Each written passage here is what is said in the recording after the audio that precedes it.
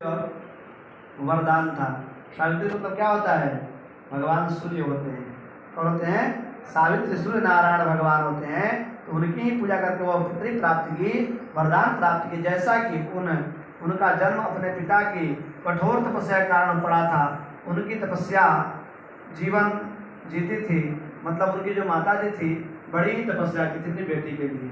उनको जब प्राप्त हुआ, बेटी प्राप्त हुई, काफ़ी लंबे समय तक राजा अपनी बेटी के लिए एक उपयुक्त मिलान भोजन में असमर्थ था। इस प्रकार उसके सावित्री को अपने जीवन साथी स्वयं खोजने के लिए कहा। अपनी यात्रा के दौरान उन्होंने राजा दमयुक्त सेन के पुत्र सत्यवान को पाया।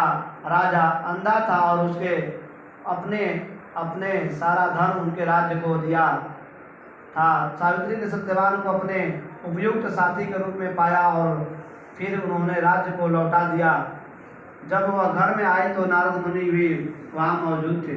उन्होंने राजा को अपनी पसंद के बारे में बताया। तो उनकी बात सुनकर के नारद मुनि राजा अश्वपति से कहा कि इस संबंध को मान कर, क्योंकि सत्यवान का जीवन बहुत कम बचा है और वह 1 वर्ष में ही मर जाएगा। जिस बेटी से शादी होना था, जिस लड़की शादी करना था, तो उन्होंने भगवान नारद ने कहा कि इनकी आयु बहुत ही कम रही है, अब इनकी आयु समाप्त हो चुकी है, क्या वैसे पति से शादी करोगी?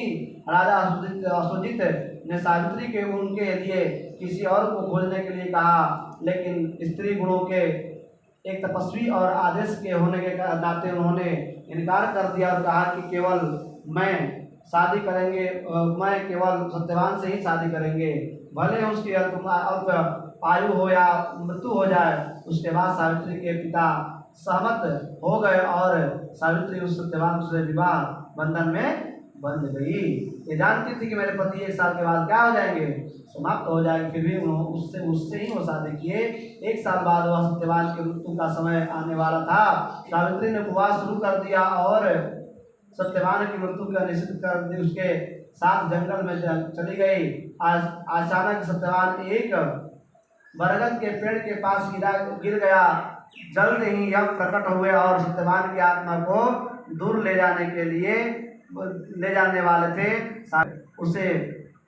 उसे ले जाना चाहते हैं तो आपको मुझसे अपने साथ ले जाना होगा, क्योंकि मैं एक पवित्र महिला हूँ। मतलब यमराज से बोली, कौन? सत्यवती बोली कि अगर मेरे पति को आप आत्मा को हरण करते हो तो मुझे भी साथ में लेकर के चलना होगा।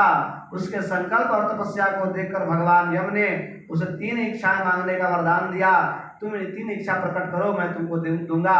अपनी पहली इच्छा में उन्होंने राज की बहाली के साथ अपने ससुर की आंखों को रोशनी मांगी, और दूसरे में वरदान उन्होंने पिता के लिए 100 पुत्र मांगे, और अंतिम में तीसरे वरदान उस सत्यवान के 1 पुत्र मांगा। भगवान यम की उसकी इच्छाओं को पूर्ण किया और सत्यवान को साथ ले जाने वाले थे। सावित्री ने उसे कहने लगे कि रोक दिया। उसने पिता सत्यवान के बिना बेटा पैदा करना संभव नहीं है।